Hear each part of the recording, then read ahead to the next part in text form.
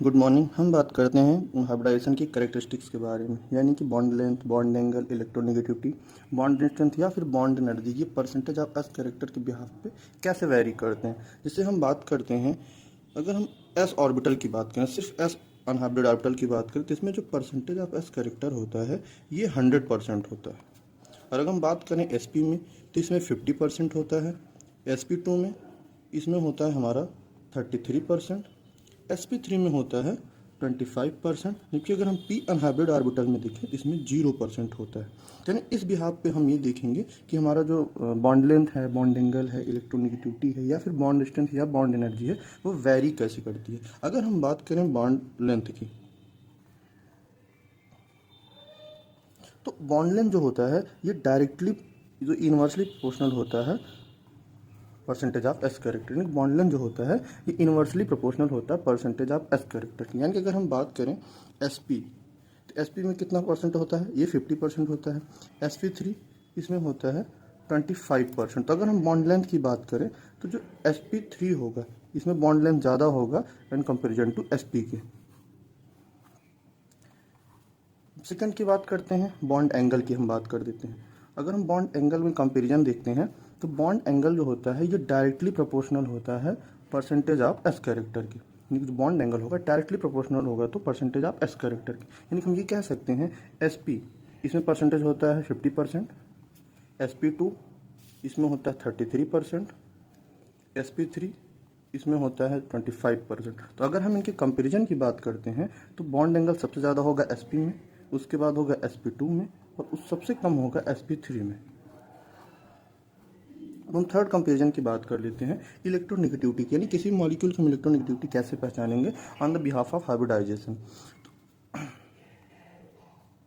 देखिए, percentage of S character जो होता है ये डायरेक्टली प्रोपोर्शनल होता है इलेक्ट्रोनेगेटिविटी, यानी electronegativity is directly proportional to the percentage of S character. तो यानी कि अगर हम बात करते हैं एस पी की, एस पी में आपको पता है 50% होता है, एस पी टू इसमें होता है 33%, और एस पी थ्री की बात करें तो इसमें होता है 25%। तो अगर हम इसमें इलेक्ट्रोनेगेटिविटी की चर्चा करें, तो एस पी में सबसे ज़्यादा होगा, एस पी टू में उससे कम, फिर एस पी थ्री में सबसे ज़्यादा कम होगा। अब हम बात कर लेते हैं बॉन्ड स्ट्रेंथ और बॉन्ड एनर्जी की।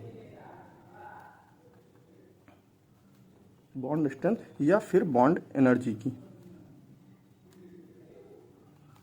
बॉन्ड एनर्जी, अगर हाइब्रिड हमारा जो हाइब्रिड ऑर्बिटल है वो मतलब अगर हमारा जो ऑर्बिटल है वो हाइब्रिड है, तो उसमें ये जो होगा वो directly proportional to percentage of S character होगा।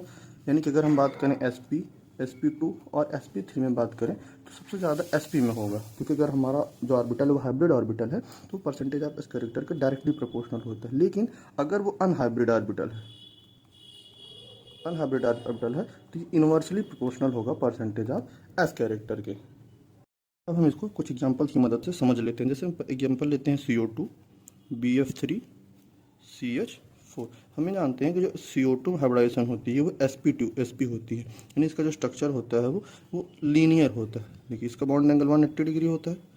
अगर हम BF3 की बात करें, तो इसमें जो हाइब्रिडाइजेशन होती है वो sp2 होती है, और इसका जो होता है ट्रायंगुलर प्लेनर होता है स्ट्रक्चर, यानी इसके जो एंगल होते हैं 120 डिग्री होते हैं। लेकिन अगर CH4 की बात करें, तो ये टेट्राहेड्रल स्ट्रक्चर होता है, यानी कि sp3 होता है। इसका होता है 109 डिग्री 28 मिनट।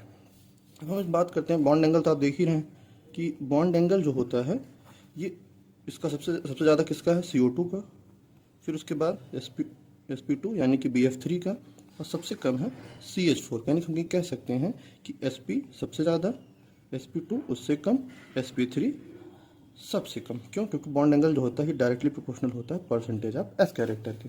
हमने दूसरा देखा बॉन्ड लेंथ। हम बॉन्ड लेंथ को कैसे कंपेरिजन करते हैं, एस पी ये हम देख ही चुके हैं। बॉन्ड लेंथ जो होता है इनवर्सली प्रोपोर्शनल होता है परसेंटेज ऑफ एस कैरेक्टर की। यानी कि अगर हम इसी एग्जांपल में बात करें, इसी एग्जांपल में कंपेरिजन करें, तो सबसे ज़्यादा bond percentage of S character CO2 का, यानी कि CO2 की जो बॉन्ड लेंथ होगी ये सबसे कम होगी।